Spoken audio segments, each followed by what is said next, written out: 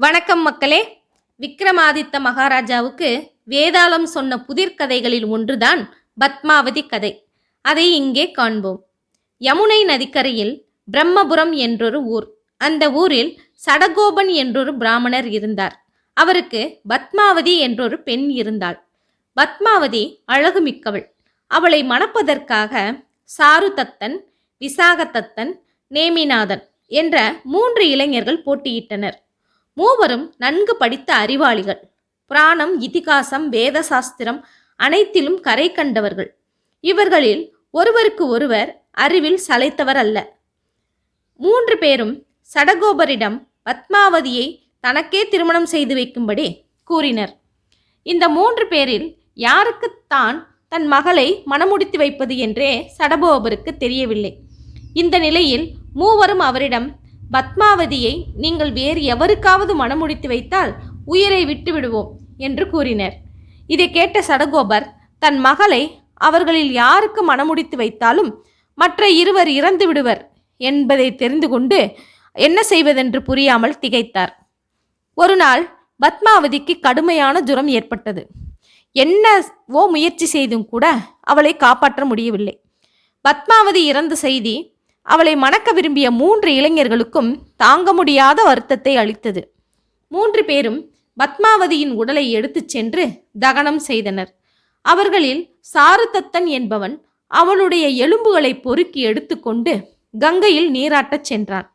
விசாகதத்தன் சுடுகாட்டிலேயே ஒரு குடிசையை போட்டுக்கொண்டான். அந்த இடத்தை விட்டு அப்படி இப்படி நகருவதில்லை. பத்மாவதியை எரித்த சாம்பலின் மீதே குடிசை போட்டுக்கொண்டு அதன் மீதே படுத்து உறங்கி காலம் கழித்து வந்தான். 3ஆமவனான நேமிநாதன் பத்மாவதியின் பிரியை தாங்க இயலாதவனாய் துறவியாக சென்று விட்டான். நேமிநாதன் ஊர் ஊராக அலைந்து திரிந்து கொண்டிருக்கும் பொழுது ரங்கபுரம் என்ற ஊரை அடைந்தான். அங்கு ஒருவரின் வீட்டுக்கு திண்ணையில் களைப்புடன் அமர்ந்திருந்தான். அப்போது உள்ளே இருந்த வீட்டுக்கு சொந்தக்காரன் வெளியே வந்து நேமிநாதனை பார்த்து, ஐயா, வெகு தூரமாய் நடந்து களைத்து போயிருக்கின்றீர்கள். இன்று எங்கள் வீட்டில் தங்கி உணவு சாப்பிட்டுவிட்டு களைப்பாரி செல்லுங்கள் என்றான். நேமிநாதனும் அதற்கு ஒப்புக்கொண்டு பக்கத்தில் உள்ள ஆற்றில் குளித்துவிட்டு வருவதற்காக கூறிவிட்டு சென்றான். ஆற்றில் குளிக்கச் சென்ற நேமிநாதன் குளித்து முழுகிவிட்டு சந்தியாவந்தனம், காயத்ரி மந்திரம் முதலியவைகளை ஜபித்துவிட்டு அந்த பிராமணரின் வீடு நோக்கி வந்து கொண்டிருந்தான். அந்த சமயத்தில் அந்த பிராமணருடைய குழந்தை அழுது அடம்பிடித்து கொண்டிருந்தது. தாய்க்காரி எவ்வளவோ சமாதானங்கள் சொல்லி பார்த்தாள். குழந்தையின் அழுகை அடக்கவே முடியவில்லை. அதற்கு மாறாக அதிகரித்து கொண்டே சென்றது. இதனால் ஆத்திரமடைந்த அந்த பிராமணரின் மனைவி குழந்தையை தூக்கி நெருப்பில் போட்டுவிட்டாள். சற்று நேரத்துக்கெல்லாம் குழந்தை இறந்து போனது. இதை பார்த்த நேமிநாதனின் நெஞ்சம் பதைத்தது. ஐயோ, பெற்ற குழந்தையை தூக்கி நெருப்பில் போட்டுவிட்டாளே பாவி! இவள் மனித பிறவியைச் சேர்ந்தவளா இல்லை அரக்க குலத்தைச் சேர்ந்தவளா? இவள் கையால் உணவருந்துவதே பாவம் என்று நினைத்தவாறே வந்த வழியே திரும்பிச் சென்று விட்டான். சாப்பாட்டுக்கு வந்து கொண்டிருந்த நேமிநாதன் பாதி வழியிலேயே திரும்பிச் செல்வதை வீட்டுக்காரன் பார்த்து விட்டான். அவன் நேமிநாதனை தடுத்து நிறுத்தி, ஐயா, என் வீட்டில் உணவருந்த ஒப்புக்கொண்டு இப்பொழுது திரும்பிச் செல்கின்றீர்களே, நான் தங்களுக்கு என்ன அபச்சாரம் செய்தேன் என்று கேட்டான். இதை கேட்ட நேமிநாதன், தாங்கள் அபச்சாரம் செய்தால் என்ன, தங்கள் மனைவி அபச்சாரம் செய்தால் என்ன, எல்லாமே ஒன்றுதான். பச்சை குழந்தையை நெருப்பில் போட்டு கொன்ற உங்கள் வீட்டில் உணவருந்தலாமா? சிசுகத்தி, பிரம்மஹத்தி ஆகிய 2 குற்றங்களை ஒரே சமயத்தில் செய்திருக்கிறீர்கள். உங்கள் வீட்டில் உணவருந்துவதே பாவம் என்றான். ஐயா, என் மனைவி குழந்தையை கொன்றுவிட்டதற்காக வருந்துகிறீர்களா? இது சர்வசாதாரணமாக நடக்கும் செயல்தான். அடிக்கடி அவள் கோபத்தால் இவ்விதம் செய்து விடுவாள். எங்களிடம் பழைய ஓலைச்சுவடி ஒன்று உள்ளது. அதில் இறந்தவர்களை உயிர்ப்பிக்கும் மந்திரம் எழுதப்பட்டிருக்கின்றது. அதை பார்த்து படித்தால் இறந்த குழந்தையை உடனே பிழைக்க வைத்து விடுவேன். இப்பொழுது கூட வீட்டுக்கு போனதும் மீண்டும் அந்த குழந்தையை பிழைக்க வைத்து விடுவேன் என்றான் அந்த பிராமணன். அதை கேட்டதும் அவளுக்கு இவனுடன் நட்பு கொண்டு அந்த ரகசியத்தை தெரிந்து கொள்ள வேண்டும் என்ற எண்ணம் உதித்தது. அதன்படியே அந்த பிராமணருடன் அவன் வீட்டுக்கு சென்றான். பிராமணன் நெருப்பில் இறந்து கிடந்த அந்த குழந்தையை எடுத்து வந்தான். தன் வீட்டிலிருந்து ஒரு பழைய ஓலைச்சுவடியை எடுத்து வந்து குழந்தையின் மீது சிறிது தண்ணீர் தெளித்துவிட்டு ஓலைச்சுவடியை பார்த்து ஏதோ சில மந்திரங்களை சொன்னான். அடுத்த கணம் குழந்தை தூங்கி விழித்ததைப் போல் எழுந்து கொண்டது. நேமிநாதன் அவர்கள் வீட்டில் உணவருந்தினான். புறப்படும்போது, ஐயா, தங்களிடம் ஒரு உதவி கேட்பேன், செய்வீர்களா என்று கேட்டான். விருந்தினர்களுக்கு குறைவு ஏதும் ஏற்படாதவாறு உபசரிக்க வேண்டியது என்னுடைய கடமை. அப்படி இருக்கும்போது தாங்கள் இவ்விதம் சந்தேகத்துடன் கேட்க வேண்டிய அவசியமில்லை. தாங்கள் எது கேட்டாலும் மனப்பூர்வமாக தருகின்றேன் என்றார் அந்த பிராமணன். ஐயா, ஒரு பெண்ணை உயிருக்குயிராக நேசித்து வந்தேன். அவள் இறந்து போய்விட்டாள். அந்த கவலையை மறக்கத்தான் இப்படி நாடோடி மாதிரி ஊர் ஊராக சுற்றி கொண்டிருக்கின்றேன். தங்களிடம் இருக்கும் அந்த ஓலைச்சுவடியை எனக்கு கொடுத்தால் இறந்து போன பத்மாவதியை உயிர்ப்பிப்பேன் என்றான் நேமிநாதன். அப்படியானால் மகிழ்ச்சியுடன் இதனை எடுத்துச் செல்லுங்கள். இது இருப்பதால் தான் என் மனைவி அடிக்கடி கொடும் செயல்களை செய்து வருகிறாள். இனி அவ்விதம் செய்ய மாட்டாள். நீங்களும் அந்த பெண்ணை உயிர்ப்பித்து மகிழ்ச்சியுடன் வாழலாம் என்று கூறியவாறே அந்த பழைய ஓலைச்சுவடியை நேமிநாதனுக்கு கொடுத்தார். மந்திர ஓலைச்சுவடியை பெற்றுக்கொண்ட நேமிநாதன் ஊர் திரும்பினான். அதே சமயத்தில் காசித்து சென்றிருந்த சாருதத்தன் மஞ்சள் தனி மூடிய ஒரு பானையுடன் வந்து கொண்டிருந்தான்.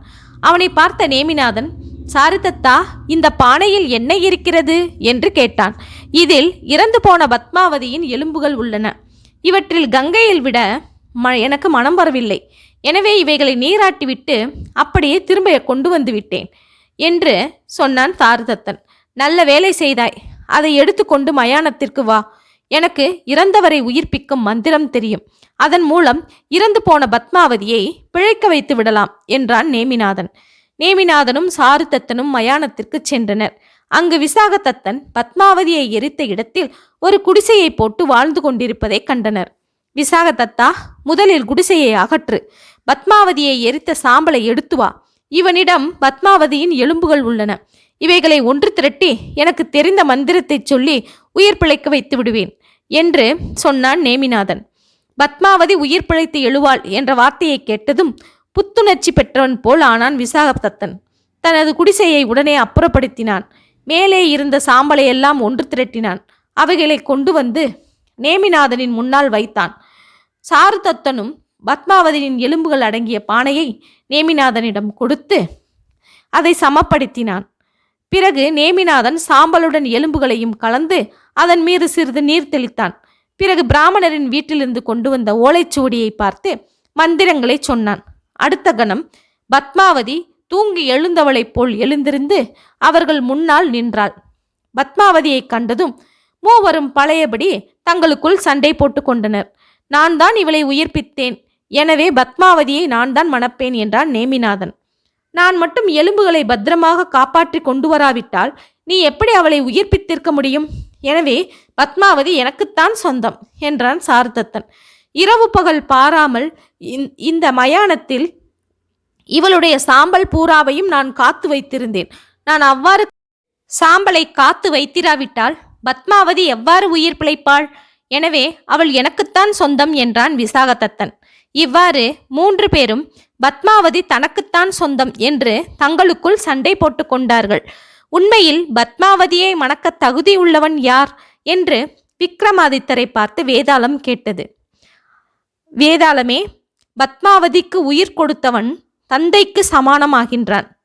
எலும்புகளை எடுத்து சென்று கங்கையில் நீராட்டி வந்தவன் மகனுக்கு சமமாகிறான். சுடுகாட்டிலேயே இரவு பகல் பாராது அவளுடைய சாம்பலின் மேல் புரண்டு கொண்டிருந்த விசாகதத்தன் தான் அவளுக்கு கணவனாக வேண்டும் என்று கூறினார் விக்ரமாதித்தர். பதிலை கேட்ட வேதாளம் மீண்டும் பறந்து சென்று முருங்கை மரத்தின் மேல் ஏறிக்கொண்டது. ஓகே மக்களே, அடுத்த கதையை அடுத்த காணொளியில் காண்போம். நன்றி, வணக்கம்.